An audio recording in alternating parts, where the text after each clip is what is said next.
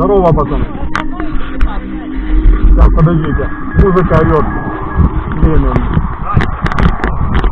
Ну, что-то...